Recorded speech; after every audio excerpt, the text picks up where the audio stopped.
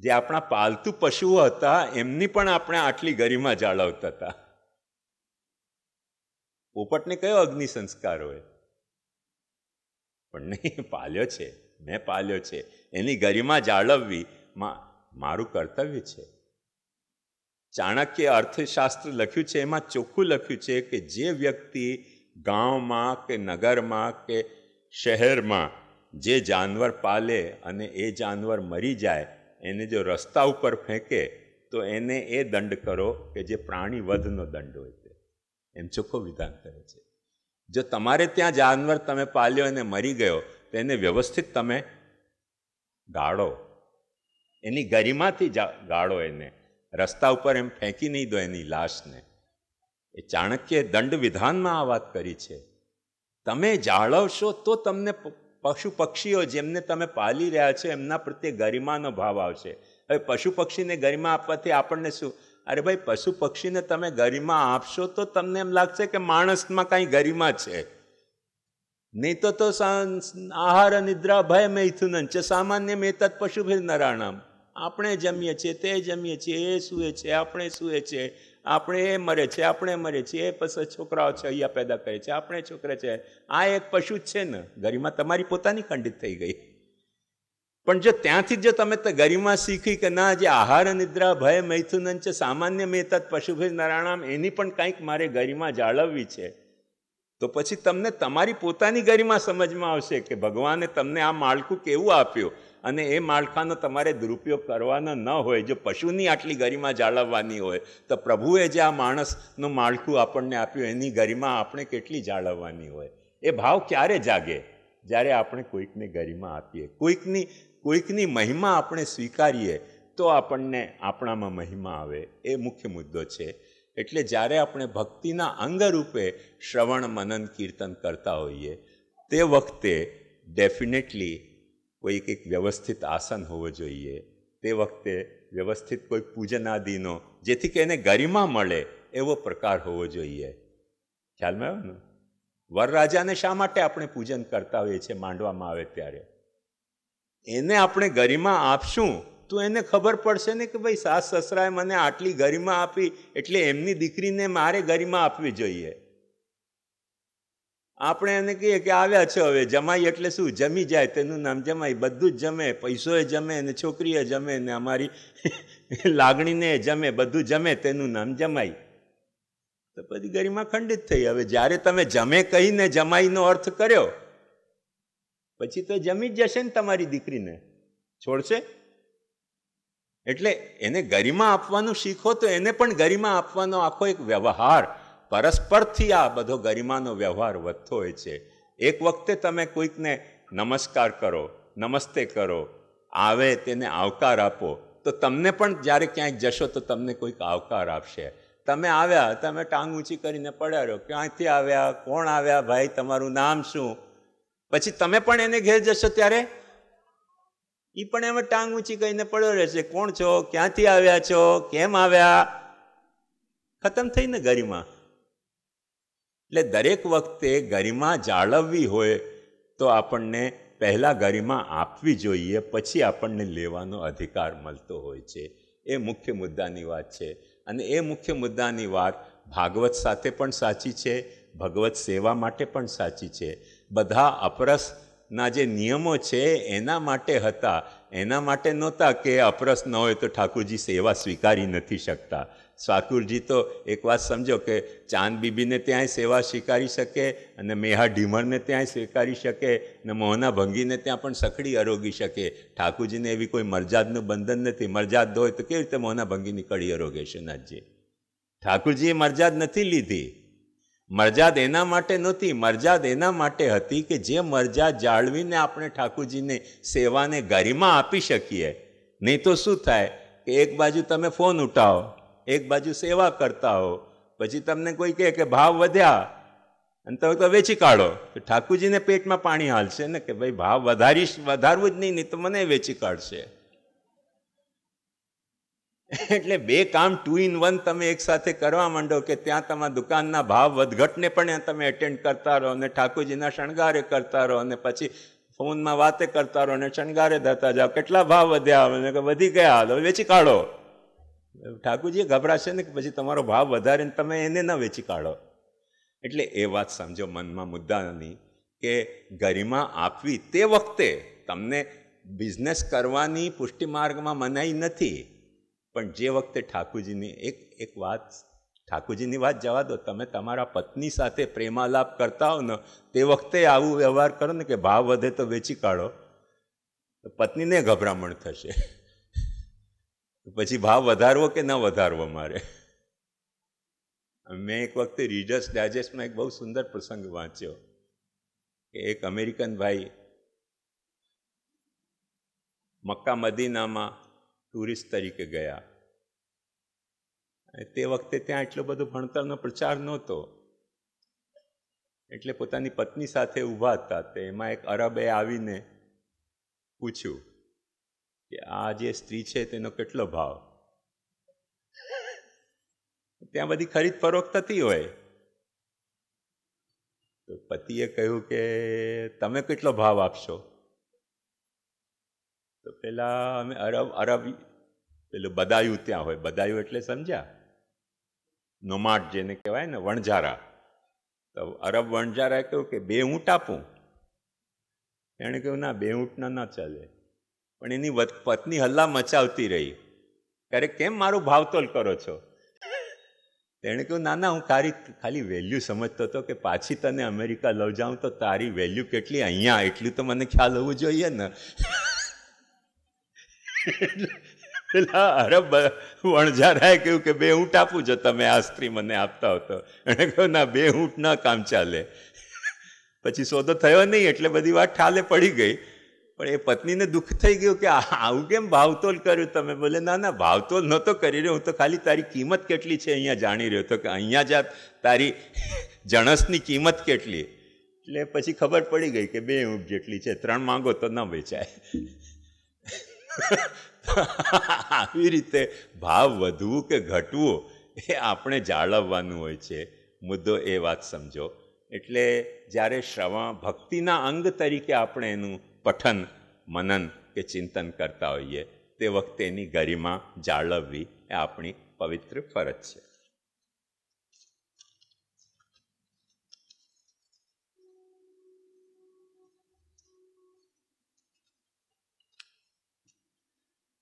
ત્રીજા અને ચોથા સ્કંદમાં ભગવાનની 64 કલાઓનું નિરૂપણ કરેલ છે. તે પૈકી આ ત્રીજા સ્કંદમાં 30 અધ્યાય દ્વારા 33 કલાઓનું નિરૂપણ કરેલ છે. તો તે કેવી રીતે સમજવા? એક વાત સમજો,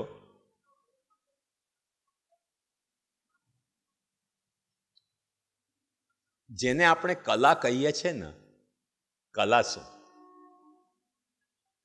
એક કલા આપણે ચંદ્રમાની કલાને કહીએ, એકમ, બીજ, ત્રીજ, ચોથ, પાંચમ, છઠની કલા. પૂર્ણિમા સુધી, પૂનમ સુધી જઈને કલાઓ બધી પૂર્ણ થતી હોય છે. પૂનમ પછી એકમથી એ ઘટવા માંડે અને 14 સુધી બધી ઘટીને અમાવસના દિવસે કલા 0 થઈ જતી હોય છે. એક કલા એનું નામ. મૂળમાં કલા શબ્દ કલયતિ શબ્દથી ઘડાયેલ શબ્દ છે. એટલે કોઈ વસ્તુનું પણ આકલન કરવું હોય તો આકલન કરવા માટે કયા પોઈન્ટ, કઈ વાતની નિગાહમાં રાખો કે તેનાથી એનું આકલન થાય.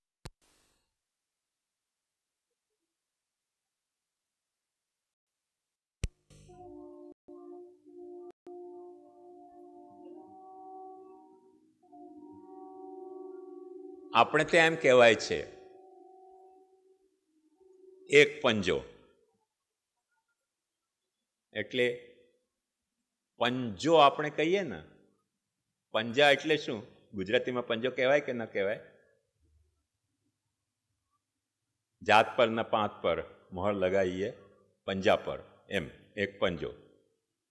પંજો શા માટે કહેવાય? કેમ કે 5 એમાં છે, તેનું નામ પંજો. એ ગણતરીનો એક માપદંડ કે આવી રીતે ગણતરી થાય.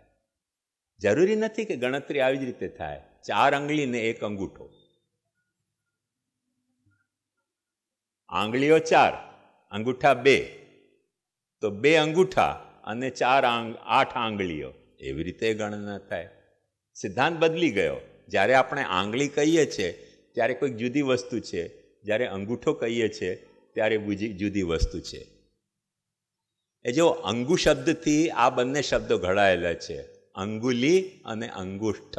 અંગુમાં જે રહેતો હોય તે અંગુષ્ઠ, અને અંગુને જે લાતી લીયતે એ બધું કામ કરતો હોય તેને અંગુલી કહેવામાં આવે. બંનેના રોલ નોખા નોખા છે. આ જે છે ને એમાં શક્તિ નથી, શક્તિ આમાં કહેવાય. અંગુમાં સ્થિત છે. આ અંગુમાં સ્થિત હોવાથી અંગુષ્ઠ. એટલે તમે જો આમ કરો ને તો શક્તિનો બોધ થાય, અને આમ કરો તો પકડ્યો ખરો તમે પણ એમાં શક્તિ ના આવી કહેવાય.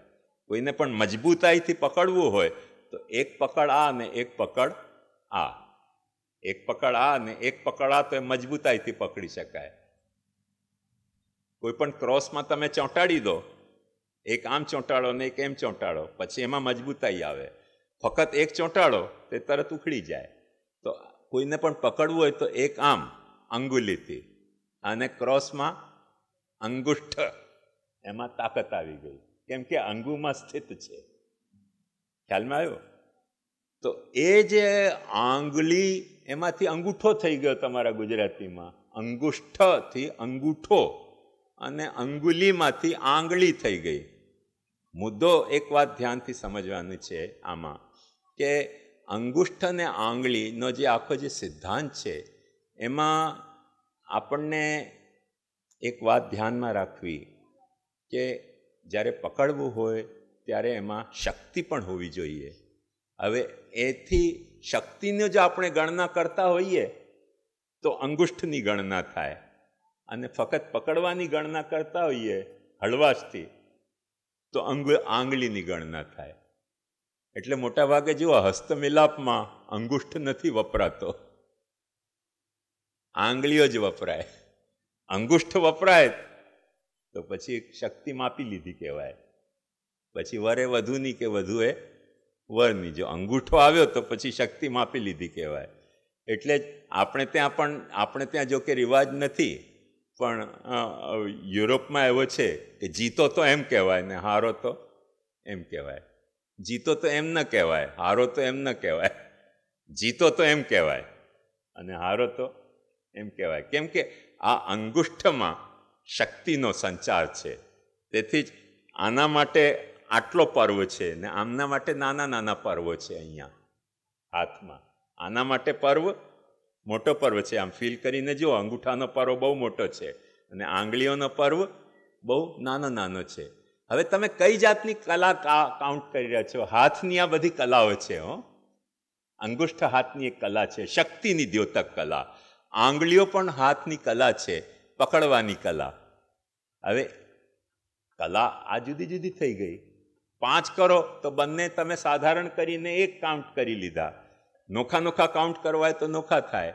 એમ કલાનો મૂળ મતલબ સમજશો ને તો તમને વાત સ્પષ્ટ થઈ જશે.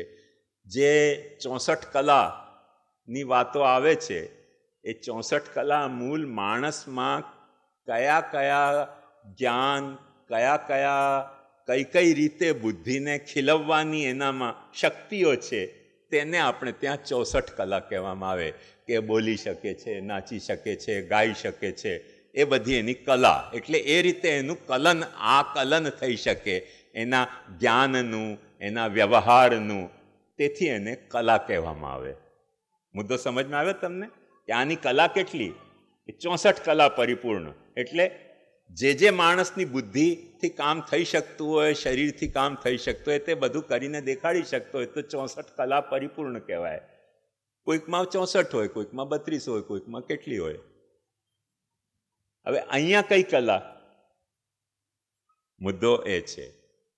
તો એક વાત સમજો કે ઘણી વખતે મહાપ્રભુજીએ, ઘણી વખતે કહેવું પણ ખોટું છે, મોટા ભાગે મહાપ્રભુજીએ એક અભિગમ રાખ્યો છે કે ભાગવતમાં કોઈ પણ વસ્તુ નિરર્થક નથી. કોઈ પણ વસ્તુ નિરર્થક નથી. બધી જ વસ્તુઓ સાર્થક છે.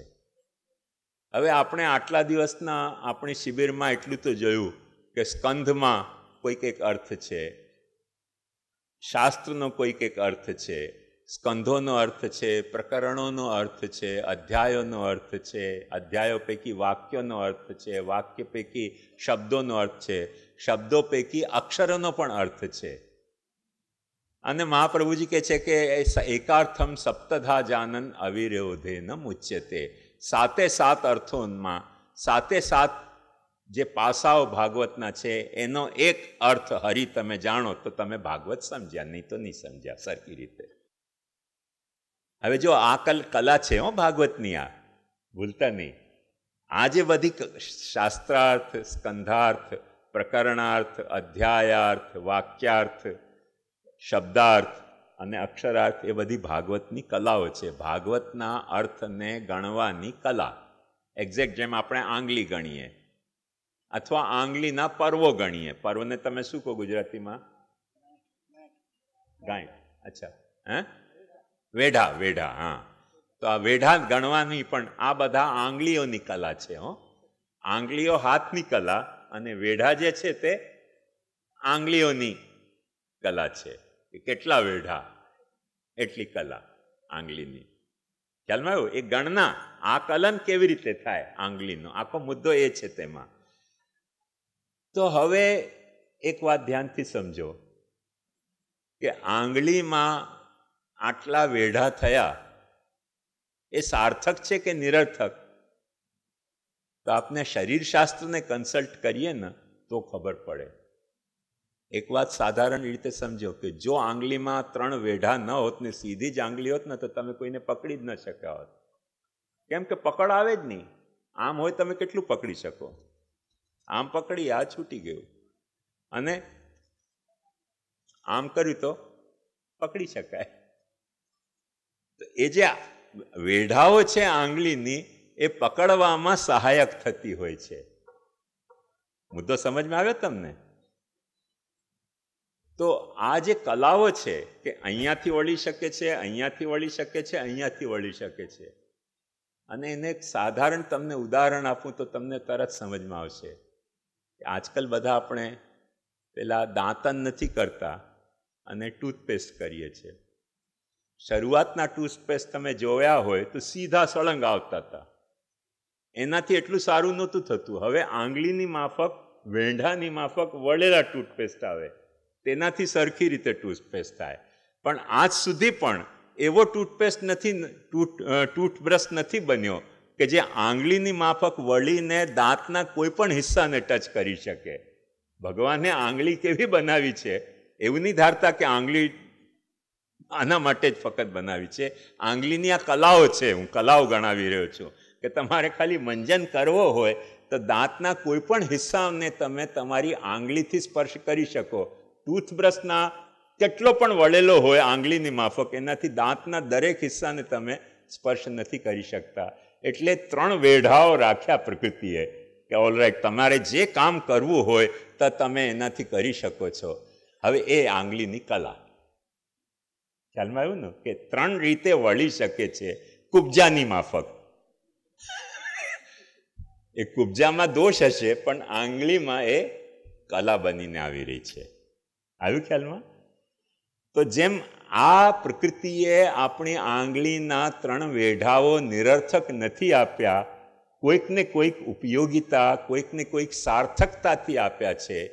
એ અભિગમથી મહાપ્રભુજી કહે છે કે ભાગવતમાં ક્યાંય પણ સંખ્યાઓ પણ વપરાય છે ને તો એમાં પણ કોઈક સાર્થકતા રહેલી છે, નિરર્થક સંખ્યા નથી. અને સર્ગ અને વિસર્ગમાં બંને જે સ્કંધો છે, ચતુર્થ, તૃતીય અને ચતુર્થ સ્કંદ, એનો સરવાળો કરતાં 64 થાય છે.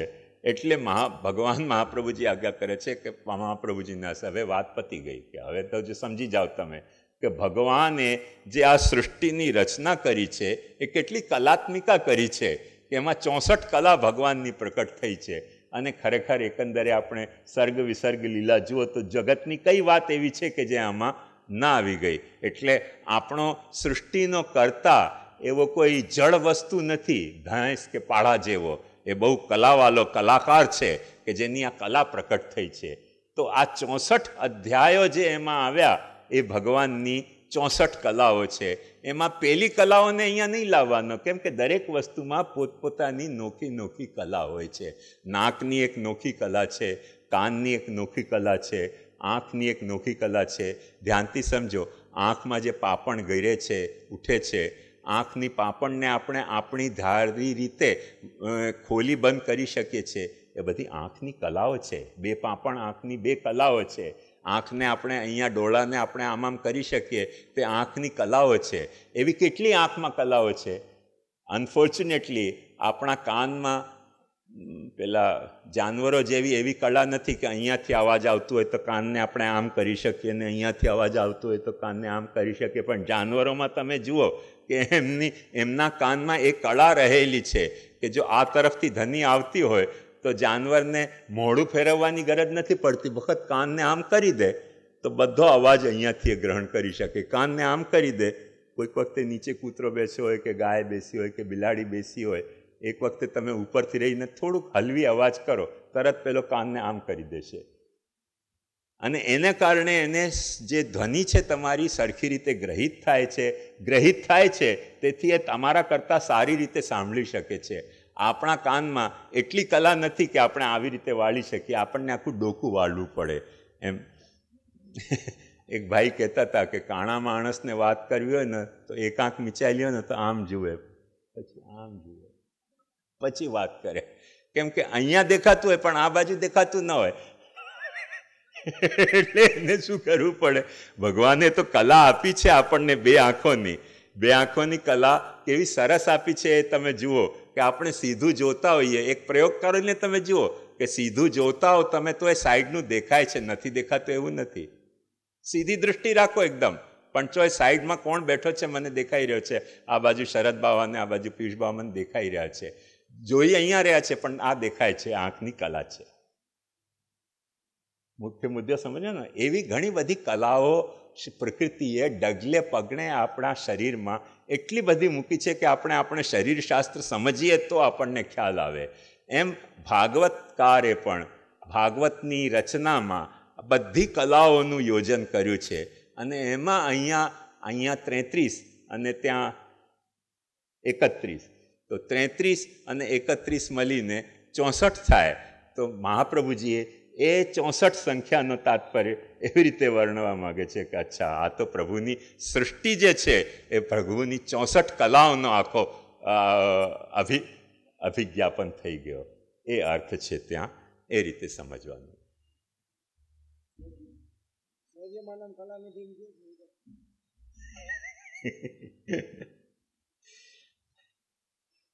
તો જે પ્રભુ સેવ્ય થાય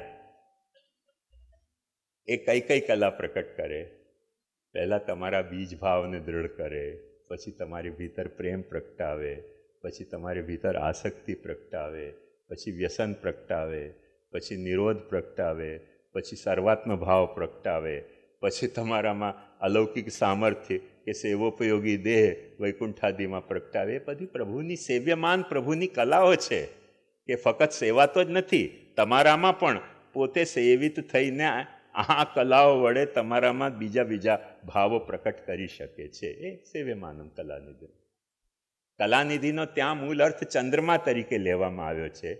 પણ ચંદ્રમાનો પણ અર્થ મૂળમાં એ છે કે જેમ ચંદ્રમાનું તમે દર્શન કરતા જાઓ તો જેમ ચંદ્રમા વધતો જાય તેમ પ્રભુની પણ સેવન તમે કરતા જાઓ તો તમારા ભીતર પ્રભુના સ્વરૂપ આકર્ષણની જે ચાંદની છે એ વધતી ચલી જાય ને એક દિવસે પૂર્ણિમા તમારા હૃદયમાં પ્રકટ થશે. મુદ્દો ત્યાં એ છે. તેથી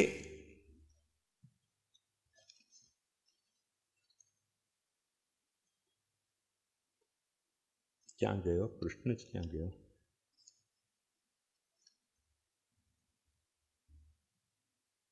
શ્રીમદ ભાગવત 12 સ્કંદ એ પ્રભુના ઐશ્વર્ય, વીર, યશસ્વી, જ્ઞાન, વૈરાગ્ય, ષડગુણ બે સ્કંદ મુજબ, એટલે કે 1 થી 3 સ્કંદ ઐશ્વર્ય માટે વિસ્તારથી સમજાવ કૃપા કરશો.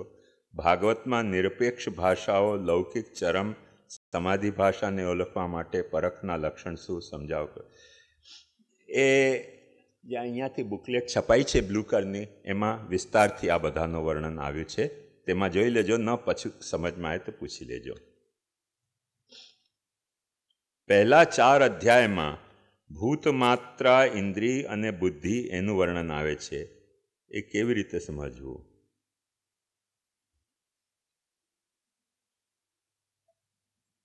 આ પ્રશ્ન મુંબઈએ પૂછ્યો છે, તો મુંબઈમાં સમજાવીશ ચોક્કસ.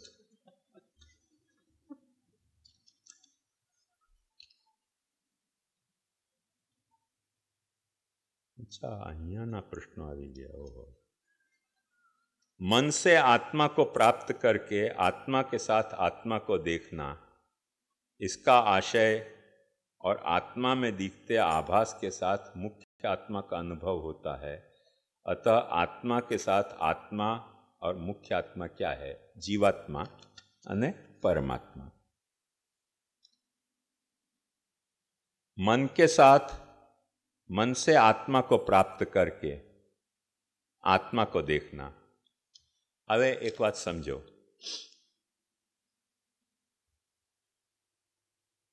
કે આપણે આંખથી જોઈ શકીએ છીએ, પણ આંખથી જોનારને જોઈ નથી શકતા. કાનથી સાંભળી શકીએ છીએ, કાનથી સાંભળનારને સાંભળી નથી શકાતું. હાથથી, ત્વચાથી સ્પર્શ કરી શકીએ છીએ, પણ ત્વચાથી સ્પર્શ કરનારને આપણે સ્પર્શી નથી શકતા. જીભથી, જીહ્વાથી આપણે સ્વાદ લઈ શકીએ છીએ, પણ તે સ્વાદ લેનારનો સ્વાદ કયો તે આપણને ખ્યાલ નથી આવતો. એટલે ઉપનિષદ એમ કહે છે કે આત્માનો જે અનુભવ છે એ બાહ્ય ઇન્દ્રિયોથી નથી થતો, મનથી થાય છે. સ માનસીન આત્મા જનાનામ. આત્મા જે છે તે માનસી છે. એટલે માનસીન હોય મન જો તમે એ દિશામાં વાપરો કે અંતે આ જોનાર કોણ, અંતે આ સાંભળનાર કોણ, અંતે આ સ્પર્શનાર કોણ, તો મનથી તમને તમારો આત્મા સમજમાં આવશે. જેમ સુખ દુઃખ તમને, આપણને એવી ભ્રમણા હોય છે કે સુખ દુઃખ આપણને બાહ્ય ઇન્દ્રિયોથી થાય છે, પણ ખરેખર સુખ દુઃખ બાહ્ય ઇન્દ્રિયથી નથી થતા. એનું એક કારણ સમજો કે જો સુખ દુઃખ બાહ્ય ઇન્દ્રિયથી થતા હોય તો માણસ બરફ હાથમાં લઈ જ ન શકે. ઘણા બધા રસોઈ બનાવનારીઓ એકદમ સીગડી ઉપર તપેલી મૂકી હોય એને હાથથી ઉપાડીને નીચે મૂકી દે, સાણસીની જરૂરત ન પડે. જો ત્વચાથી આપણને સુખ દુઃખ થતા હોય તો એ શક્ય જ ન થાય. ઘણા લોકો ઠંડીના દિવસોમાં આગના ખીરાને હાથથી એમ ઉછાલીને ફેંકી શકે છે, અને તમે પણ પ્રયત્ન કરશો ને તો દીવાની જે પેલી લો હોય ને એના વચ્ચેથી આમ આંગળી કાઢો ને તો કાઢી શકો, તમે એની ગરમીને અનુભવી શકો. પણ એ આંગળી સ્પર્શથી આપણને નથી થતો. એક સીધો ઉદાહરણ સમજો તો હજી તમને સરળતાથી સમજમાં આવશે કે ઇન્જેક્શન લેવા આપણે ડૉક્ટર પાસે જઈએ ત્યારે આપણને ચૂભાતી નથી સૂઈ? સૂઈ આપણને ચૂભે. એ ચૂભે આપણને સુખ છે કે દુઃખ છે? નાનું બાળકને ચૂભે ને એને દુઃખ માનતો હોય છે. આપણા મને આપણને સમજાવી દીધું કે ઇન્જેક્શન અલ્યા લેશે તો જીવીશ, નહીં તો મરી જઈશ. એટલે પછી આપણે કહીએ કે લાગાવો ને તારે તમારે ચૂભશે તો બધું સહન કરી લેશું. એટલે ઇન્જેક્શન લેતા દુઃખ નથી થતો. પછી બાળકને કેમ રડવું આવે? તો બાળકને શું વધારે ચૂભે છે ને આપણને ઓછું ચૂભે છે? એવું નથી, સરખું જ ચૂભે છે. પણ આપણા બાળકના મનને હજી એ સમજ નથી પડી. એને એમ થાય છે કે આ ચૂભે છે શા માટે, એટલે એને રડવું આવે છે. આપણા મને આપણને સમજાવી દીધું છે કે ઇન્જેક્શન લેવાથી આ રોગ મટી જશે, એટલે તમે તમારે ચૂભાવતા રહો ને. બહુ વધારે હોય તો આપણે શું કરીએ? ડૉક્ટર ઇન્જેક્શન આપીએ તો આપણે મોઢું ફેરી લઈએ, હા લગાવો. એ નાનપણની પેલી ટેવ રહી ગઈ છે કે જોવાનું નહીં, ડૉક્ટર કરતો હોય ત્યારે. બાકી નહીં તો જુઓ કે ન જુઓ. ઘણા લોકો આંખો મીચી લેતા હોય છે, એ પણ મેં જોયું કે ઇન્જેક્શન લગાવે ને એને કાંઈ લેવા દેવા ન હોય. આંખ મીચવાથી શું ફરક પડવાનું છે? પણ પેલું બાળપણની આપણી ટેવ, ઇન્જેક્શન લગાવતી વખતે જે દુઃખ થાય છે એ ભાવ મનમાંથી જતો નથી, એટલે એનો આવો ઘણો બધો પ્રતિકાર, સોફ્ટ પ્રતિકાર આપણે કરીએ કે ઇન્જેક્શન લગાવીને આપણે આંખ મીચી લઈએ, આમ મોડું ફેરી લે, લગાવો. મૂળમાં લગાવ, મોડું ફેરો કે ન ફેરો, આંખ મીચો કે ન મીચો, મુદ્દાની વાત એ છે કે મને તમને સમજાવી દીધું છે કે આ જે સૂઈ ચોભાય છે એના ચુંબનને આપણે દર્દ નથી માનવું, કેમ કે આપણા રોગને મટાવવામાં એ સહાયક છે. એટલે સુખ અને દુઃખ એ ફક્ત મનની વાતો છે, ચામડીની વાત નથી. નહીં તો એ જ દુઃખ કેવી રીતે થાય? અને એક વાત સમજો કે ઓપરેશનમાં તો કેટલી બધી વાળકાપ થઈ જતી હોય છે, પણ એક વખતે વાળકાપ આવ્યા પછી આપણને દુઃખ નથી થતું? કેટલું બધું દુઃખ થાય છે, પણ પછી આપણે એક વખતે સમજી જઈએ કે હવે કાપ્યું છે એટલે સુધરતા વાર તો લાગશે, પછી આપણે સહન કરી લેતા હોઈએ છીએ કે નથી કરી લેતા? મન સમજી જાય છે કે હવે આમાં બહુ દુઃખ કરવા જેવું નથી. તો જ્યારે મન સમજી જાય આપણો કે દુઃખ નથી કરવો, ત્યારે દુઃખ નથી થતું. મન ન સમજે અથવા મનને આપણે ન સમજાવી શકીએ ત્યાં સુધી જ બધો દુઃખ છે. બાકી દુઃખ કાંઈ જેવું નથી. દુઃખ કોઈ વસ્તુમાં નથી. આ લોકો હિમાલય ઉપર ચડે, કેટલો બધો દુઃખ છે. ઓક્સિજન નથી ત્યાં, ઠંડ પડતી હોય, હવા આવે આપણને ગબડાવી દે, પણ એક વખતે એમને સમજાવી દીધું છે મનને કે આ બધી તકલીફ તો થવાની જ છે, એટલે પછી આનંદ આવતો હોય છે એમને. ખ્યાલમાં આવ્યું ને? કોઈ પણ નાનું બાળક જન્મે ને એને ઉછેરવું મોટા ભાગે પતિઓને મહા કષ્ટ લાગે છે. માતાને કેમ કષ્ટ નથી લાગતું? કેમ કે મનને સમજાવી દીધું કે હવે નાનું છે ટેણિયું, એટલે રાતના તો રડશે જ, પથારી તો બગાડશે, તો 10 વખત ઉઠાવે. પતિ ઉઠાવે તો ગુસ્સો આવે, પણ પેલો કરીને ઉઠાવે તો રડવું, ગુસ્સો ના આવે. કેમ ના આવે? કેમ કે મને સ્વીકારી લીધું કે આમાં દુઃખ જેવું નથી. જણ્યા છે તો પછી તો એને એટેન્ડ તો કરવા જ પડશે ને. તો એ આખો જે સુખ અને દુઃખ છે એ વસ્તુ બાહ્ય ઇન્દ્રિયોની નથી, મનની છે. મન આપણે સમજાવી દે કે સુખ છે તો સુખ છે, મન આપણને સમજાવી દે કે દુઃખ છે તો મહાદુઃખ છે. મૂળ મુદ્દો સમજમાં આવ્યો ને તમને?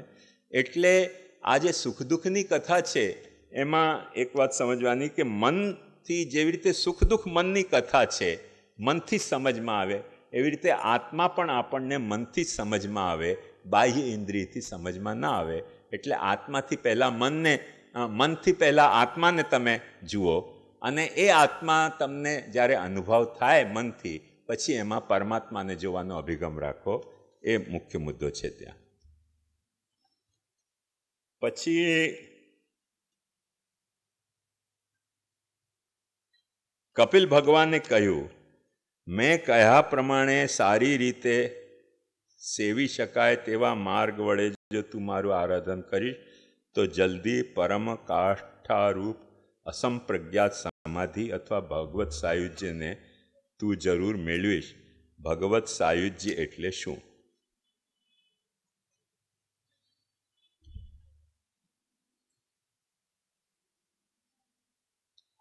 જુઓ, ધ્યાનથી સમજો.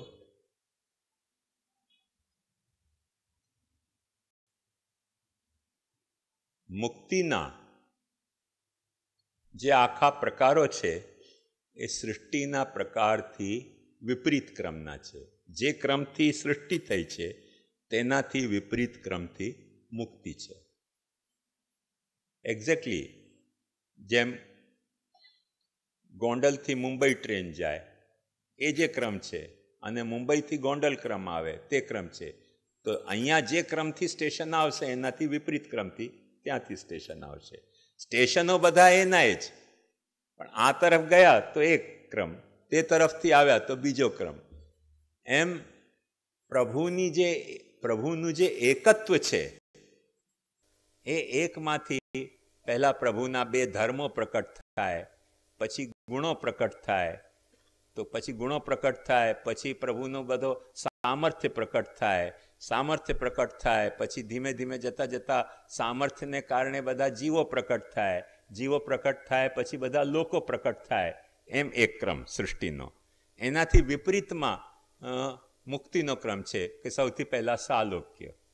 જે દેવને તમે ભજી રહ્યા છો તે દેવ જે લોકમાં બિરાજે છે તે લોકમાં તમે પહોંચી ગયા તો મુક્તિ, સાલોક્ય. પછી સાષ્ટિ. સાષ્ટી એટલે એ જે દેવનું જે ઐશ્વર્ય છે એ ઐશ્વર્ય તમારામાં આવે. આપણે દેવલોકમાં પહોંચી ગયા પણ દેવનું ઐશ્વર્ય ન મળ્યું. ખ્યાલમાં આવ્યું? તો આપણને સાષ્ટી ન થઈ, સાલોક્ય થયો. એ ઐશ્વર્ય પણ મળ્યું પણ એ દેવનું સામીપ્ય ન મળ્યું. કેમ કે ઐશ્વર્ય મળી જાય. તમને કદાચ નાગરિક શાસ્ત્ર વાંચ્યો હોય તો તમને ખ્યાલ હશે કે જેટલા પણ પ્રાંતો છે, સ્ટેટ્સ છે, એના ગવર્નરો પ્રેસિડેન્ટના સાષ્ટી છે. જે પ્રેસિડેન્ટનો પાવર દિલ્હીમાં તે ગવર્નરનો પાવર સ્ટેટમાં. પણ એ પ્રેસિડેન્ટને પાસે નથી હોતા, પાસે હોય છે ત્યાંની લોકસભામાં, વિધાનસભામાં. પ્રેસિડેન્ટની પાસે નથી હોતા એટલે એમને સામીપ્ય મુક્તિ નથી હોતી પ્રેસિડેન્ટની, ફક્ત સાષ્ટી મુક્તિ હોય છે કે જે પ્રેસિડેન્ટનો પાવર ત્યાં છે દિલ્હીમાં તે અહીંયા ગવર્નરને શું કહેવાય, રાજ્યપાલ, તે રાજ્યપાલનો તે રાજ્યમાં સામર્થ્ય હોય છે તો એને સાષ્ટી હોય છે. પણ સામીપ્ય એને પ્રેસિડેન્ટનું નથી હોતું, સામીપ્ય હોય છે અહીંયાનો જે મંત્રી પરિષદ હોય, મંત્રીમંડળ હોય એનું સામીપ્ય હોય છે. ખ્યાલમાં આવ્યું? તો સાલોક્ય, સાષ્ટી, પછી સામીપ્ય. હવે સમીપ તો ગયા પણ સ્વરૂપતા ના આવી. તો સ્વરૂપતા એ રૂપ પણ આવી ગયો તો હજી તમે વધારે એને પાસે ગયા. તો સાલોક્ય, સાષ્ટી, સામીપ્ય, સાયુજ્ય. હવે તમે નોખા ન રહ્યા, એની સાથે જોડાઈ ગયા, તેનું નામ સમીપ હોવું. જો આ બંને હાથ સમીપ છે પણ સાલોક્ય, સાષ્ટી, સામીપ્ય, સારૂપ્ય, ફિર સાયુજ્ય. તો સારૂપ્યમાં રૂપ સરખો થઈ ગયો પણ રૂપ સરખો થયો કહેવાનો મતલબ એ છે કે નોખા નોખા છે. જો એક થઈ ગયા હોય તો સારૂપ્ય કેવી રીતે કહેવાય? એક રૂપ કહેવાય. મુદ્દો ધ્યાનથી સમજો. સારૂપ્ય કહી રહ્યા છે જેવો તેનો રૂપ તેનો આવો રૂપ, એનું નામ સારૂપ્ય. પણ સાયુજ્યનું મતલબ શું? કે બંને સાથે જોડાઈ ગયા. જેમ નામ અને અર્થનું સાયુજ્ય છે, વાણી અને વાણીના અર્થનું સાયુજ્ય છે. મેં મારા એક મંગલાચરણમાં લખ્યું છે, વાગર્થાવિવ સંપૃક્તૌ ગ્રંથક કૃષ્ણૌ હિ યન્મુખે વક્તારમ તમ વિભુમ વંદે તદ્વાગર્થોપલબ્ધે. વાગર્થાવિવ સંપૃક્તૌ, વાણી અને તેના અર્થની માફક જે શ્રી મહાપ્રભુજીના મખારવિંદમાં ગ્રંથ અને કૃષ્ણ સાયુજ્ય ભાવે બિરાજે છે, એટલે એકબીજાથી જોડાયેલા બિરાજે છે, તેવા મહાપ્રભુજી વિભુ વક્તાને હું વંદન કરું છું. તો એ સાયુજ્ય એટલે બંને જ્યારે જોડાયેલા હોય ત્યારે. તો સાયુજ્ય અને સાયુજ્ય પછી એકત્વ થઈ જાય એટલે એક થઈ ગયા. જેમ નદી પહેલા સમુદ્રમાં જોડાય અને જોડાયા પછી નદી સમુદ્ર બની જતી હોય છે ત્યારે એકત્વ થઈ ગયું. એ પાછી એ જ અવસ્થા આવી ગઈ જે સૃષ્ટિના પહેલાંની હતી. એટલે સૃષ્ટિનો જે ક્રમ છે એનાથી વ્યુત્ક્રમ મુક્તિનો છે, મુક્તિનો જે ક્રમ છે તેનાથી વ્યુત્ક્રમ સૃષ્ટિનો છે. એ વાત સમજી લેવું. એક છોર ઉપર સૃષ્ટિ છે અને બીજા છોર ઉપર મુક્તિ છે. સ્વભાવ ભેદને લઈને, મતભેદને લઈને ભક્તિયોગ અનેક પ્રકારના છે. સ્વભાવ અને ગુણોના ભેદથી પ્રાણીના ભાવમાં પણ ભેદ જણાય છે. એને અનુસારે ભક્તિ માર્ગો પણ બહુ છે. તો મહાપ્રભુજી દ્વારા પ્રવર્તાવેલ ભક્તિ માર્ગને નિર્ગુણ ભક્તિ માર્ગ કહેવામાં આવે છે. તો તેમાં સાધકના સ્વભાવ ગુણ અલગ અલગ હોય છે. તો તે સાધક નિર્ગુણ ભક્તિ માર્ગ ઉપર ચાલવાથી નિર્ગુણ થશે કે નિર્ગુણ બનવાની પ્રક્રિયા પણ આપણી સાધના પ્રણાલીમાં દર્શાવી છે. અને સ્વભાવ અને ગુણભેદથી તેની ભક્તિમાં કંઈક વિકૃતિ આવી શકે છે. વળી યમનાષ્ટકમાં સ્વભાવ વિજય બતાવવામાં આવ્યું છે. તો આની સંગતિ કેવી રીતે કરવી? ખૂબ ખૂબ અભિનંદન તમને. અતિ સુંદર પ્રશ્ન તમે પૂછ્યો. એક વાત ધ્યાનથી સમજો.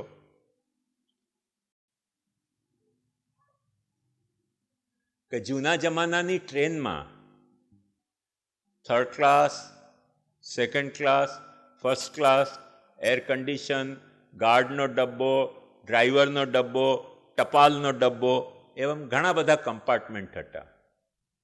અને જે કમ્પાર્ટમેન્ટમાં તમે ભરાઈ ગયા તેમાં બસ ભરાઈ ગયા. એમાંથી પછી સ્ટેશન આવે તો તમે ઉતરીને બીજામાં જઈ શકો, નહીં તો જવાની સગવડ નહોતી.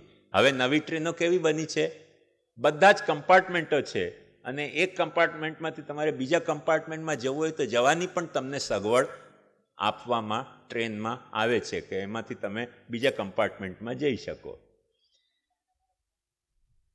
સ્વાભાવિક રીતે, નૈતિક રીતે આપણે જે કમ્પાર્ટમેન્ટની ટિકિટ લીધી હોય તેમાં જ મુસાફરી કરવી જોઈએ, પણ બીજા કમ્પાર્ટમેન્ટમાં જઈ ન શકીએ તેવી વાત નથી. એક આપણને સ્વતંત્રતા ટ્રેનની વ્યવસ્થાએ આપી છે. એવી રીતે પ્રભુએ પોતાની નિર્ગુણતામાં સાત્વિક, રાજસ, તામસ જ ફક્ત નહીં પણ એને 3 3 9 કરીને 9 ગણી વ્યવસ્થા આપી છે. અને 9 + 1 એટલે 10 ગણી વ્યવસ્થા આપી છે. એટલે એ બધી વ્યવસ્થાઓ અવેલેબલ છે. એમાં તમે જે છો તે જ છો, પણ બીજા કમ્પાર્ટમેન્ટમાં જઈ નથી શકતા એવું નથી. આ ટ્રેન ભારત સરકારે હવે બનાવી, ભગવાનની જે ટ્રેન છે એમાં આ વ્યવસ્થા પહેલાંથી અવેલેબલ છે કે બધા જ નોખા નોખા કમ્પાર્ટમેન્ટ છે, પણ એક કમ્પાર્ટમેન્ટમાંથી બીજા કમ્પાર્ટમેન્ટમાં જઈ શકાય. ઘણા લોકોને એથી જ પ્રશ્ન થાય છે કે સર્ગલીલામાં જે હિરણ્યાક્ષ અને હિરણ્યકશિપુ પ્રગટ્યા, તો હિરણ્યાક્ષની લીલા તો સર્ગલીલામાં આવી, પણ હિરણ્યકશિપુ ક્યાં આમાં કેમ ના આવ્યો ને આગળ કેમ વધી ગયો? અરે ભાઈ, કમ્પાર્ટમેન્ટમાં એણે બીજો બદલી લીધો ને સીટ. ન બદલી શકે? બદલી શકે. કમ્પાર્ટમેન્ટમાં રસ્તો હતો એક બીજા કમ્પાર્ટમેન્ટમાંથી બીજા કમ્પાર્ટમેન્ટમાં જવાનો. લીલાનો જે ડબ્બો હતો એ ડબ્બામાંથી બીજા ડબ્બામાં જવાની વ્યવસ્થા, સગવડ અવેલેબલ હતી. અને સગવડ અવેલેબલ હતી એનું કારણ તમે જુઓ કે નારદજી વગેરે જે ઋષિઓ છે સૃષ્ટિના આરંભમાં, સૃષ્ટિના પ્રકટ થયા પહેલાં પ્રકટ થયા છે, તે દ્વાપર સુધી આપણને ભાગવતમાં આવે છે. એમને બધા જ કમ્પાર્ટમેન્ટમાં ફરવાની છૂટ છે ટિકિટ ચેકરની માફક. ક્યારે પણ કોઈકને ભીડાવી શકે, કોઈકને પણ ક્યાંક અભડાવી શકે, જેને કરવું હોય તે કરી શકે, કેમ કે એમને બધા કમ્પાર્ટમેન્ટમાં ફરવાની છૂટ છે. મૂળ મુદ્દો એ સમજો. એટલે કમ્પાર્ટમેન્ટ નથી એવું નથી, પણ એ કમ્પાર્ટમેન્ટ જે છે તેમાં એવા પ્રતિબંધ નથી જે પુરાની ટ્રેનમાં હોતા હતા. તેથી તમારો જે પ્રશ્ન છે કે નિર્ગુણ, તો નિર્ગુણના કમ્પાર્ટમેન્ટમાં પણ સત્વરજ તમોગુણમાં જવાની વ્યવસ્થા છે. અને સત્વગુણ, તમોગુણ, રજોગુણના જે જીવ છે એના નિર્ગુણના કમ્પાર્ટમેન્ટમાં આવવાની વ્યવસ્થા પણ છે. અને તમને સત્સંગ એવો મળે, સત્સંગ મળે એવો મતલબ શું કે તમારો કોઈક યાત્રી એવો ઓળખીતો હોય અને તમે એને કહો કે અમને ભાઈ ધાંધલમાં ટિકિટ મળી નહીં, તે અમારે 3 ટાયરમાં કરવા પડી, પણ તમે હવે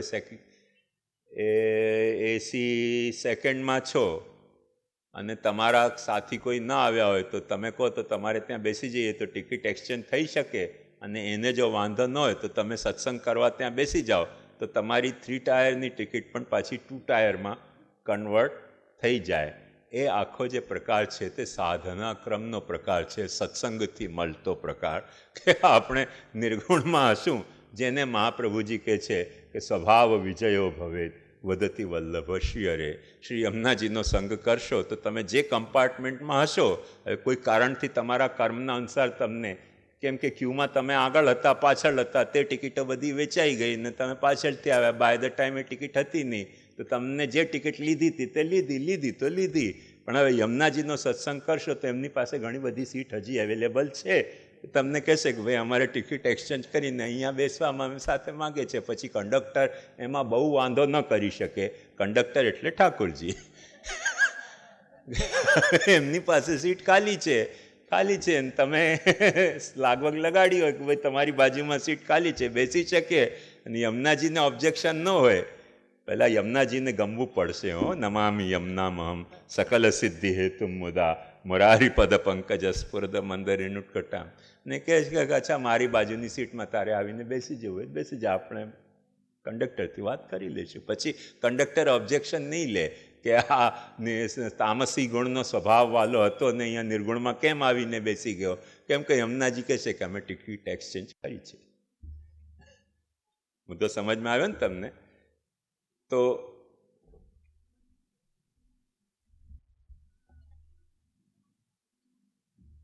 आपके तो नहीं है ना?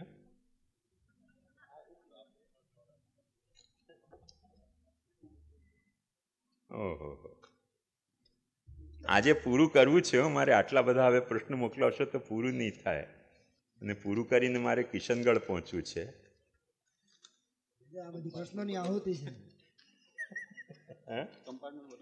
કમ્પાર્ટમેન્ટ બદલવું પડશે મારે પછી.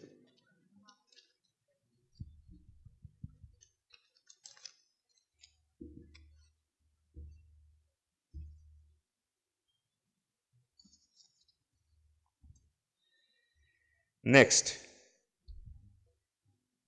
અહીંયા ઘૂસી ગયો. ઓહો,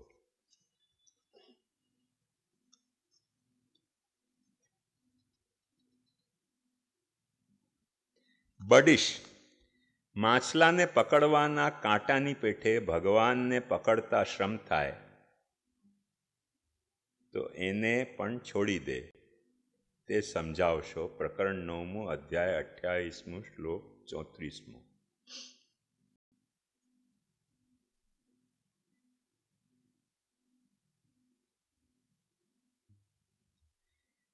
કાંઈક પ્રશ્ન પૂછવામાં તમે ગડબડ કરી રહ્યા છો, પણ એ ગડબડ ઉપરાંત પણ જે આશય મને સમજમાં આવી રહ્યો છે તે એવી રીતે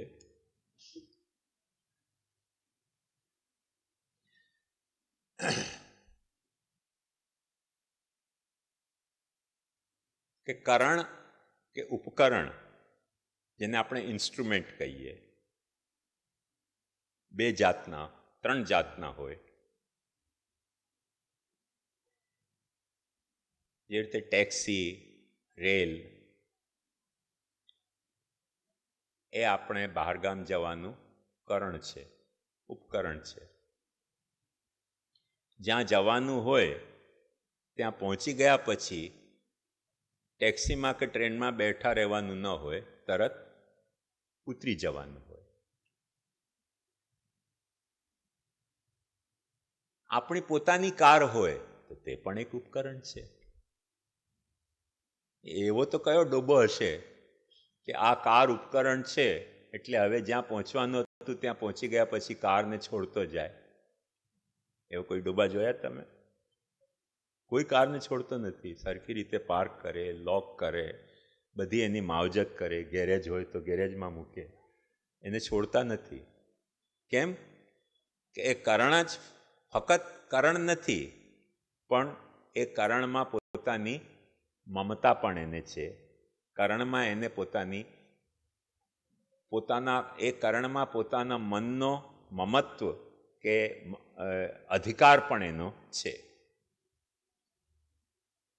પણ તે કરણ પણ, ધારો કે એક્સિડન્ટ થાય અને કાર ખતમ થઈ ગઈ તો આપણે નવી કાર લઈ લઈએ કે ન લઈ લઈએ? અને આપણે ત્યાં તો ઓછું છે, કેમ કે આપણે ત્યાં બધા આ મેકેનિક એવા એક્સપર્ટ છે કે એક્સિડન્ટ થયેલી કારને સસ્તામાં રિપેર કરી દેતા હોય છે. અમેરિકામાં એવું કહેવાય છે કે જો કારનું એક્સિડન્ટ થાય તો રિપેર કરાવો એ મોંઘું પડે અને નવી કાર લો તો સસ્તી પડે. એટલે ત્યાં શું કરે કે એક્સિડન્ટ થયું ને કાર છોડી નવી કાર લઈ લો. તો એક જુદી જાતનું કરણ થઈ ગયું. ખ્યાલમાં આવ્યું ને? પછી આપણા શરીરમાં રહેલા કરણો, આંખ, નાક, કાન, હાથ, પગ વગેરે, હાર્ટ વગેરે, તો એ કરણો પણ કેવા હોય છે કે એ કરણમાં આપણો મમત્વ, એ કરણ સાથે આપણું અહંત પણ જોડાયેલું હોય. ફક્ત મમતા જ જોડાયેલી ન હોય, આપણી અહંતા પણ જોડાયેલી હોય. એ કરણોને આપણે આપણા મોટર કરતાં વધારે માવજત કરીએ. ખ્યાલમાં આવ્યું? પછી એના કરતા એક કારણ વધારે, આપણું ડોકું. કઈ જાતનું કારણ? શરીરના આપણા મોટા ભાગના ફંક્શન અહીંયા કન્ફાઇન્ડ છે. જોવું હોય તો અહીંયા છે, સૂંઘવું હોય તો અહીંયા છે, સાંભળવું હોય તો અહીંયા છે, સ્વાદ લેવું હોય તો અહીંયા છે, બોલવું હોય તો અહીંયા છે. એટલા બધા કારણો એમાં લોકલાઇઝ થઈ ગયા છે. અને એક વાત સમજો કે માથા ઉપર ચોટ લાગે ને તો પછી હાથ એ ના વાપરી શકીએ, પણ હાથ ઉપર ચોટ લાગે તો માથું તો વાપરી શકાય ને. એ પાછી એ આ કરણમાં ફેસિલિટી છે. એટલે કોઈ પણ દંડો પડતો હોય તો આપણે માથાની આગળ હાથ કરીએ. હાથ ઉપર દંડો પડતો હોય તો કોઈ માથું કરે ન કરે. મુદ્દો સમજમાં આવ્યો? તો કર્ણોની ઘણી બધી વેરાયટી છે. એ કર્ણોની ઘણી બધી વેરાયટી હોવાને કારણે કોઈ કરણને આપણે વાપર્યા પછી છોડતા હોઈએ છીએ, કોઈ કરણને વાપર્યા પછી વધારે વળગી જતા હોઈએ છીએ. હવે એ તમારો કેવો અભિગમ તે કરણ માટેનો, એ આખો મુદ્દાનો પ્રશ્ન છે. ખ્યાલમાં આવ્યો? મોટા ભાગના ભક્તિના જે કરણો છે, એ ભક્તિના જે કરણો કે ઉપકરણો, એને આપણે ટેક્સીની માફક નથી લેતા, માથાની માફક લઈએ છીએ. કે જો જરા પણ સરખી રીતે કામ કરતા હોય તો એની માવજત આપણે વધારે કરીએ આપણા કરતાં પણ. એના માટે આપણને કોઈક એક કરણનો ભોગ આપવો પડતો હોય. જેમ માથા ઉપર દંડો પડતો હોય તો આપણે હાથ આડા કરીએ કે ભાઈ અહીંયા ઝેલી લેશું પણ માથાને બચાવીશું કોઈક રીતે. એમ જે કાંઈ મારી ભક્તિને વાંધો આવશે તેને હું મારા બીજા 10 ઉપકરણોથી ખતમ કરીને પણ બચાવીશ. મારી ભક્તિને હું ખંડિત નહીં થવા દઉં. ભક્તિ એવો એક માથા જેવો ઉપકરણ છે પ્રભુ પાસે પહોંચવામાં. બીજા બધા ઘણા ઉપકરણો કોઈ ટેક્સી જેવા છે, કોઈક આપણી પોતાની કાર જેવા છે, કોઈક હાથ પગ જેવા છે. કે હાથ પગ તૂટે તો તૂટે, પણ અંતે તો કાંઈક તો આપણે જયપુર ફૂટ બેસાડી લેશું, માથું નહીં તૂટવા દઈએ. તો એ કરણોની જેમ જુદી જુદી વેરાયટી છે, એમ યોગમાં એક વાત ધ્યાનથી સમજો કે જેન તમને ચિત્તનું એકાગ્રતા કેળવવી છે. મુખ્ય મુદ્દો ત્યાં ભગવત પ્રાપ્તિનો નથી. યોગમાં દરેક યોગની વાત નથી કરી રહ્યો. યોગની કોઈક સાધનાના પ્રકારમાં મુખ્ય મુદ્દો ચિત્તને એકાગ્ર કરવાનો છે. એ એકાગ્ર કરવા માટે ચિત્તને જ્યારે તમે કોઈ ભગવાનના રૂપનું ધ્યાન ધરો છો તો એ ભગવાનનો રૂપ એક કરણ બને છે ચિત્તને એકાગ્ર કરવા માટે. કેમ કે કોઈ ભલતી વસ્તુઓનું તમે ધ્યાન ધરશો તો તમારા ચિત્તમાં અસદ વાસના જાગશે, અને ભગવાનના રૂપનું ધ્યાન ધરશો તો તમારા ચિત્તમાં અસદ વાસના નહીં જાગે, ભગવદ વાસના જાગશે. અને ભગવદ વાસનાને કારણે તમારું ચિત્ત એમાં એકાગ્ર થયો, એકાગ્ર થવા માટે સમર્થ થયો. સમર્થ થયા પછી એ ભગવદ રૂપને આપણે ધ્યાન ધરવાની જરૂરત નથી. કેમ કે એ ભગવદ રૂપને આપણે ટેક્સીની માફક ઉપયોગ કર્યો છે કે ચિત્તને એકાગ્ર કરવા માટે. ભક્તિ આનાથી અપોઝિટ કામ કરે છે કે ભક્તિમાં ચિત્તનો એકાગ્રતા એટલા માટે જોઈએ છે કે પ્રભુનું રૂપ આપણને વહાલું લાગે છે. ત્યાં ચિત્તને એકાગ્ર કરવા માટે પ્રભુનું રૂપનું આપણે ધ્યાન કરીએ છીએ. એટલે ચિત્ત એકાગ્ર થઈ જાય તો પ્રભુના રૂપને ડ્રોપ કરી શકાય છે. પૂજા માર્ગમાં આપણે જાણીએ છીએ કે ગણપતિજીને બેસાડીએ વિવાહમાં કે જુદા જુદા પ્રસંગોમાં, પૂજન કરીએ. વિવાહ થયા પછી ગણપતિજીનું વિસર્જન થઈ જાય. કેમ કે પૂજાના ઉપકરણ તરીકે ત્યાં ગણપતિજી આવે છે. ગણપતિજીના માટે પૂજન નથી કરતા, વિવાહમાં વિઘ્ન ન આવે એના માટે ગણપતિજીને પૂજીએ છીએ. ગણપતિજીના પૂજનમાં વિઘ્ન ન આવે એના માટે વિવાહ નથી કરતા. મુદ્દો સમજો. ગણપતિજીના પૂજનમાં મને કોઈક સહાયક મળે, જીવન સાથી મળે, તેના માટે મારે વિવાહ કરવો છે. એ ભક્તિનો અભિગમ છે. અને વિવાહ કરી રહ્યો છું કોઈ પુરુષ સાથે કે કોઈ સ્ત્રી સાથે, તેમાં વિઘ્ન ન આવે તેના માટે ગણપતિજીને પૂજું છું, તેવો એક અભિગમ છે. બંને અભિગમ બદલાઈ ગયા ને. તો વિવાહ કરવા માટે જ્યારે આપણે ગણપતિજીને, વિઘ્નહર્તા ગણપતિજીને પૂજતા હોઈએ, ત્યારે વિવાહ થયા પછી ગણપતિજીનું વિસર્જન થઈ જાય. ગણપતિ બાપા મોર્યા. ખ્યાલમાં આવ્યું? પણ ગણપતિજીના પૂજન કરવા માટે જો આપણે વિવાહ કરતા હોઈએ તો ગણપતિજીનું વિસર્જન થાય? આજે બહુ ઓછા સંપ્રદાય રહી ગયા છે. પ્રાચીન કાળમાં ગણપતિના ભક્તિનો સંપ્રદાય હતો. આજે ગણપતિના પૂજનના સંપ્રદાયો વધારે છે, ભક્તિના સંપ્રદાય બહુ જૂજ રહી ગયા. કોઈક જ લોકો ગણપતિના ભક્ત હોય છે, પૂજકો વધારે છે. પણ જૂના જમાનામાં ગણપતિનો, જેમ આપણે કૃષ્ણ ભક્તિનો સંપ્રદાય છે, તેમ ગણપતિની જે ભક્તિનો પણ સંપ્રદાય હતો. શૈવા સૌરાષ્ટ્ર ગાણેશા વૈષ્ણવા શક્તિ પૂજકા. તો ગાણેશ એક સંપ્રદાય હતો. ગણપતિની પૂજા દરેક કરતા હતા, પણ ગણપતિની ભક્તિ જૂજ લોકો કરતા હતા. તેવી રીતે કૃષ્ણની પૂજા દરેક વ્યક્તિ કરી શકે, પણ કૃષ્ણની ભક્તિ જૂજ લોકો કરતા હોય છે. શિવની પૂજા દરેક કરી શકે, પણ શિવની ભક્તિ જૂજ લોકો કરતા હોય છે, કે જે શિવ પ્રત્યે એવી રીતે સમર્પિત હોય કે મારે વિવાહ કરવું છે તો શિવ પૂજન માટે, મારે ઘરમાં રહેવું છે તો શિવ પૂજન માટે, મારે છોકરા પેદા કરવા છે તો શિવ પૂજન માટે. આપણો કૃષ્ણ ભક્તિનો સંપ્રદાય એ અભિગમવાળો સંપ્રદાય છે કે પુત્રે કૃષ્ણ પ્રિય રતી. પત્ની શા માટે જોઈએ છે? કે મારા કૃષ્ણ સેવામાં મારી એક સહાયની, સંગીની, જીવન સંગીની મને મળે, તેના માટે વિવાહ કરવો છે. તો ત્યાં વિવાહ માટે કૃષ્ણ પૂજન નથી, પણ કૃષ્ણ પૂજન માટે વિવાહનો અભિગમ છે. તો ત્યાં કૃષ્ણનો વિસર્જન નથી થતો. ત્યાં જે છે તે વિવાહ થયા પછી બંને જણા હલી મળીને સરખી રીતે કૃષ્ણની સેવા કરે છે, તેવો અભિગમ છે. સંતતિ ઉત્પન્ન કરવા માટે તમે ભગવાન એક રાણીમાં 10 પેદા કર્યા, તો 10 ભલે નહીં, પણ એક રાણી લાવ્યો છો, એમાં એક તો પેદા કરજો છોકરો. છોકરી જ ન થઈ જાય બધી 10 મને.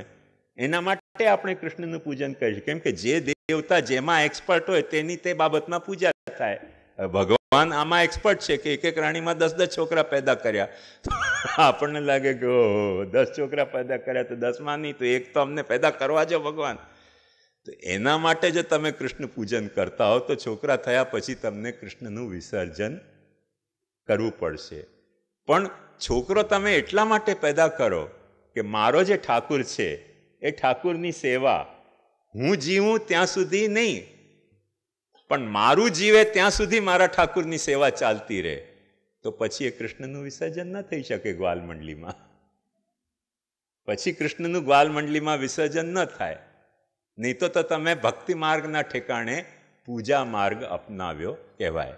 એટલે આ જે યોગ ધ્યાનની પ્રક્રિયા છે, આ યોગ ધ્યાનની પ્રક્રિયામાં જ્યારે ચિત્ત એકાગ્ર થઈ ગયો ત્યારે એને વિસર્જન કરવામાં આવે. પ્રભુના જે રૂપનું તમે ધ્યાન કરતા હતા તે રૂપનું ધ્યાનનું વિસર્જન કરવામાં આવે. પછી એની જરૂરત નથી રહી જતી, કેમ કે પ્રભુના રૂપનું ધ્યાન તમે ચિત્તને એકાગ્ર કરવા માટે કર્યો. એકાગ્ર થઈ ગયો ચિત્ત, બસ વાત પતી ગઈ. એ આખો અભિગમ છે. એટલે બડીશ એટલા માટે કહેવામાં આવે છે કે બડીશ એટલે જે કાંટો હોય માછલી પકડવાનો, એના ઉપર માછલી પકડવા માટે એને ઉપર પેલો કાંઈ ખાવાનું માછલીને મૂકવામાં આવે ફસાવીને, અને માછલી એને ખાવા જાય ત્યારે કાંટામાં ફસાઈ જાય, પછી આપણે માછલીને ખેંચી શકીએ. તો એ જે ભગવાનનું રૂપ છે એ ચિત્તના એકાગ્ર કરવા માટે ભગવાનના રૂપને બડીશ તરીકે ત્યાં વાપરવામાં આવે છે. એટલે ત્યાં વિસર્જન એનું થઈ શકે. પછી એનો બડીશનો ઉપયોગ નથી રહી જતો. એ આખો અભિગમ છે ત્યાં.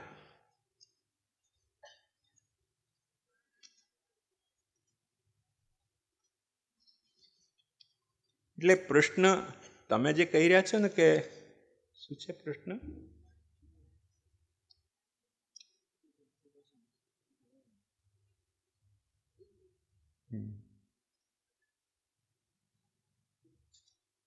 પૂતલાને પકડવાના કાંટાની પેઠે ભગવાનને પકડતા શ્રમ થાય તો એને પણ છોડી દેવાય. શ્રમની વાત અહીંયા મને નથી મુખ્ય લાગતી. મને મુખ્ય વાત એ લાગે છે કે જે હેતુથી ભગવાનનું રૂપ ધ્યાન કર્યું ચિત્તને એકાગ્ર કરવા માટે, તે ચિત્ત એકાગ્ર થઈ જાય પછી એ રૂપની જરૂરત નથી, પછી એનું વિસર્જન થાય. વારાહ અવતાર છે તે પ્રભુનું આનંદ સ્વરૂપ છે, તે ભગવાનની ક્રિયાશક્તિનો અવતાર છે એમ સમાધાન છે. ભગવાન પોતાની ઈચ્છાથી પ્રકટ થયા છે એટલે તેને આનંદ કહેવાશે. એ કઈ રીતે સમજવું?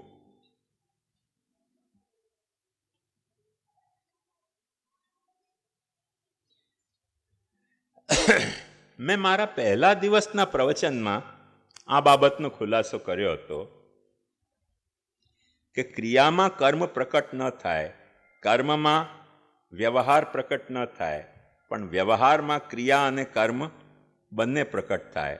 તેમ આનંદમાં ક્રિયા પણ પ્રકટ થઈ શકે છે, ક્રિયામાં આનંદ પ્રકટ થવો જરૂરી નથી.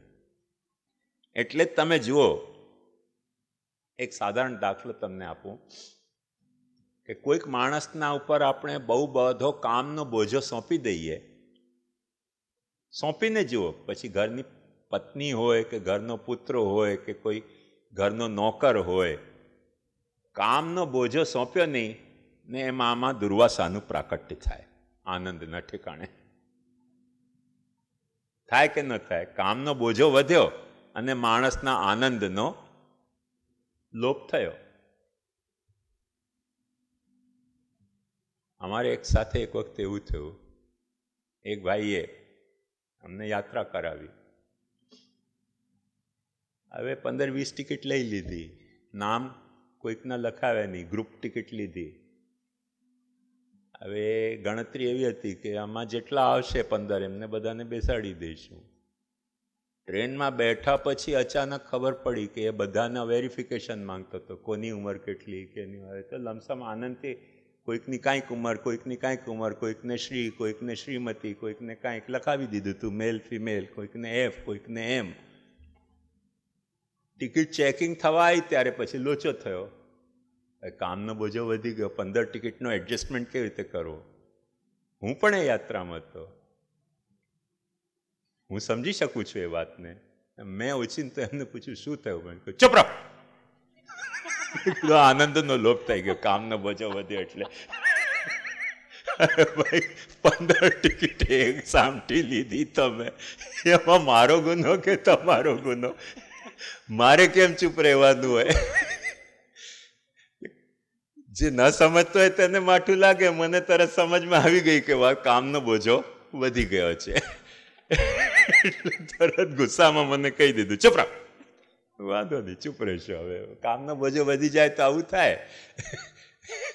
એમનો કોઈ મારા પ્રત્યે દુર્ભાવ નહીં, પણ કામનો બોજો એવો હોય છે ને કે માણસના આનંદનો લોપ થઈ જતો હોય છે.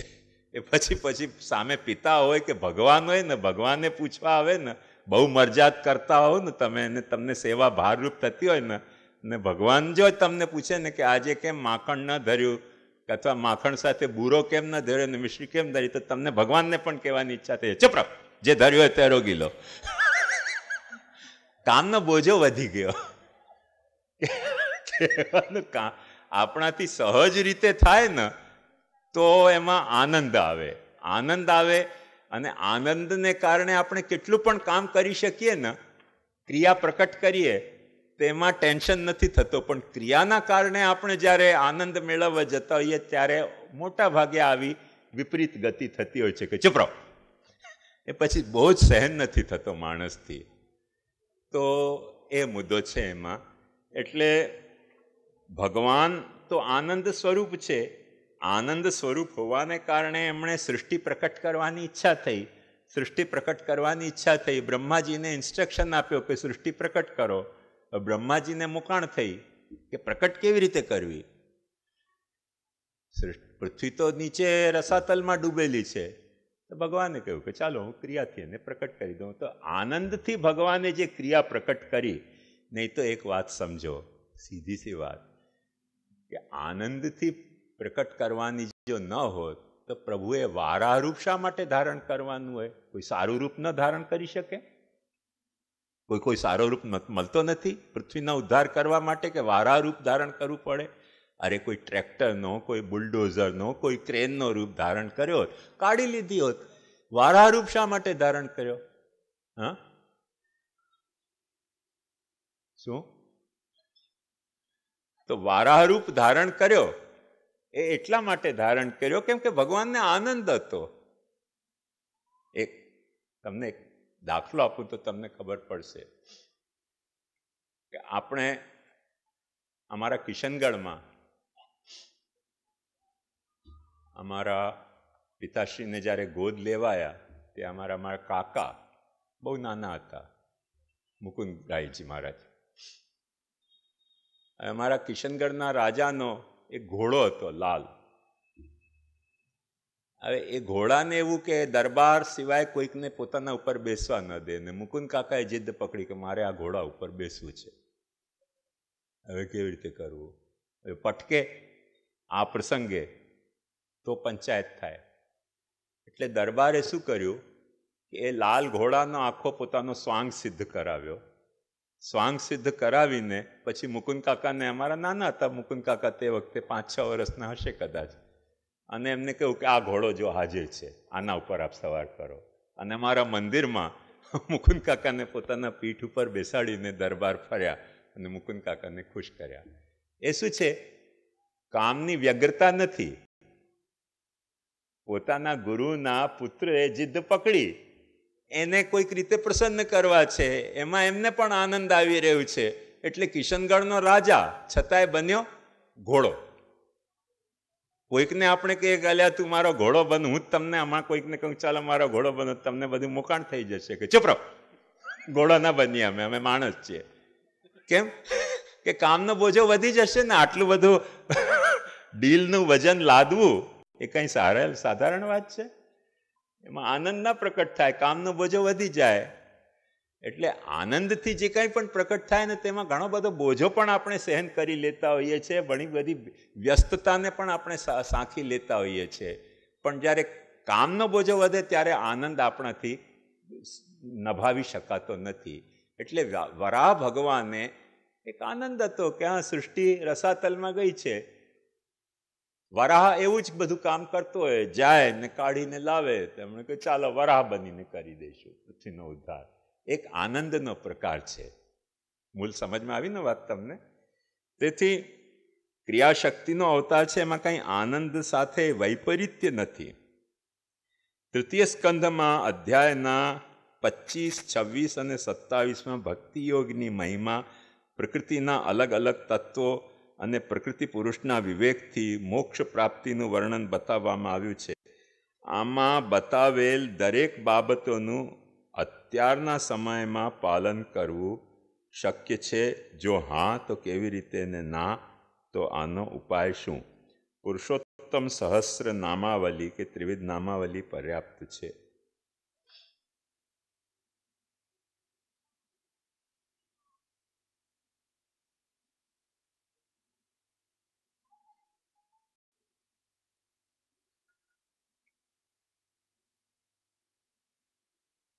સૌથી પહેલા એક વાત સમજો,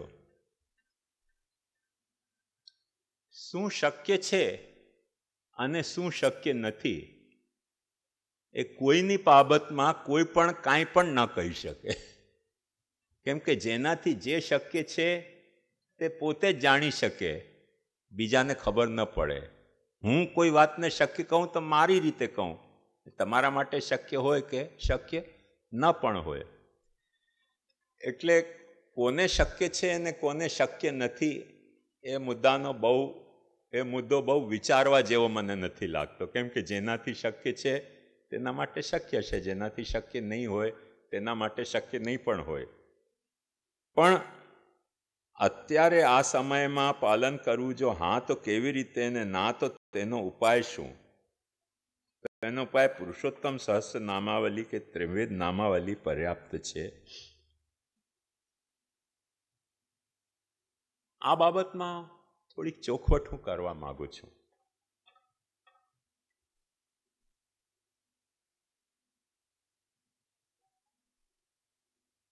જુઓ, એવું છે,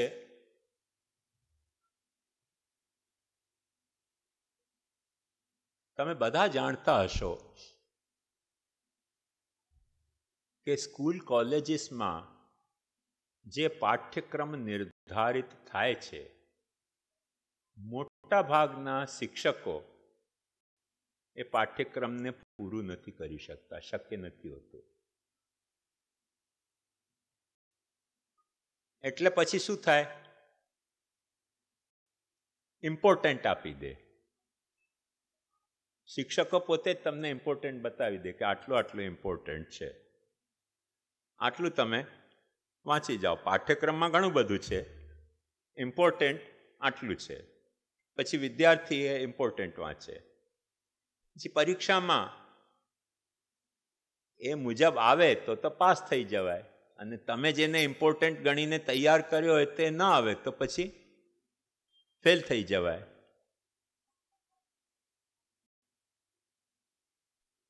મારો એક પિતરાઈ ભાઈ હિન્દી સ્કૂલમાં ભણતો હતો. એને મોટી મોકાણ હતી અંગ્રેજીના નિબંધ લખવાની. એટલે અંગ્રેજીની મેટ્રિકની પરીક્ષા આવી ત્યારે નિબંધ તો લખવું પડે. નિબંધ લખવું પડે એટલે એણે શું કર્યું કે નિબંધોની એક ચોપડી પાછી વેચાતી હોય છે અંગ્રેજીના નિબંધની, એમાંથી ઇમ્પોર્ટન્ટ નિબંધો ગોખી કાઢ્યા બધા, word to word, line to line બધા નિબંધો ગોખી કાઢ્યા. એમાંનો એક નિબંધનો વિષય આવ્યો નહીં પરીક્ષામાં. તે દિવસે શું થતું, ક્રિકેટ ચાલી રહી હતી ન્યૂઝીલેન્ડ ઇન્ડિયાની. તેને ક્રિકેટનો નિબંધ ગોખી કાઢ્યો હતો, અને ઓચિંતો એમાં આવી ગયો પ્લેનની યાત્રા, વિમાનની યાત્રા. હવે એણે શું કર્યું, મરી ગયા હતો.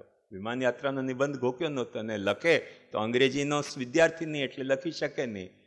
એટલે એણે એક પહેલો વાક્ય લખ્યો કે અમે મુંબઈ એરપોર્ટ ઉપર વિમાન દિલ્હી જવા માટે વિમાન પકડ્યો, અને વિમાન જ્યારે ઉપર ઉઠ્યો ત્યારે મેં નીચે જોયું તો બ્રેબોર્ન સ્ટેડિયમમાં ક્રિકેટ ચાલતી હતી. આખો ક્રિકેટનો નિબંધ લખી દીધો. અને આવી રીતે ક્રિકેટ જોઈને અમે દિલ્હી ઉતરી ગયા. પછી મને આવીને કહેતો હતો, શામુ દાદા આજે શું એક્સેલન્ટ નિબંધ મેં લખ્યો. મેં કહ્યું શું નિબંધ લખ્યો? બોલે ક્રિકેટનો આ નિબંધ મેં ગોખ્યો હતો ને વિમાન યાત્રા આવી ગઈ, હવે શું કરું, ફસાઈ ગયો ને. એટલે મેં લખી દીધો કે અમારો વિમાન ઉપર ઉઠ્યો અને નીચે સ્ટેડિયમમાં ક્રિકેટ ચાલતી હતી, ને પછી આખી ક્રિકેટનો નિબંધ લખીને આમ ક્રિકેટ જોઈને અમે દિલ્હી ઉતરી ગયા. નિબંધ તો લખાઈ ગયો. પછી મેં કીધું, અલ્યા તું વિમાન યાત્રામાં ગયો કે હેલિકોપ્ટરમાં ગયો? એટલી વાર જેટલી વાર ક્રિકેટ ચાલી વિમાન ઊભો કેમ રહ્યો, ઉડીને આગળ કેમ ન ગયો? બોલે હા, એ વાત તો ભૂલી ગયો. થઈ જાય ઘોટાળો. એટલે શક્ય શું છે અને અશક્ય શું છે એની ગણતરી થોડીક કરતા આવડવી જોઈએ. ઘણી બધી વસ્તુઓ અશક્ય હોવા છતાંય શક્ય થઈ જાય છે, ઘણી બધી વસ્તુઓ શક્ય હોવા છતાંય અશક્ય બની જતી હોય છે, જે વખતે આપણી ગણતરી બરાબર નથી હોતી. મારો કહેવાનો મુદ્દો એ છે કે ભક્તિની બાબતમાં પણ એવું જ થાય. મનોરથો બધા એવી જ રીતે થાય છે. 56 ભોગનો આપણે મનોરથ કર્યો હોય, હવે આપણે મનોરથ હોય 56 ભોગનો, પણ 56 ભોગ કરવામાં આપણે ગયા નહીં, હવેલીમાં જઈને 10 રૂપિયા આપીને 56 ભોગના દર્શન કરી આવ્યા. પછી ઘેર આવી ગયા, પ્રસાદની ટોકરી આવી ગઈ.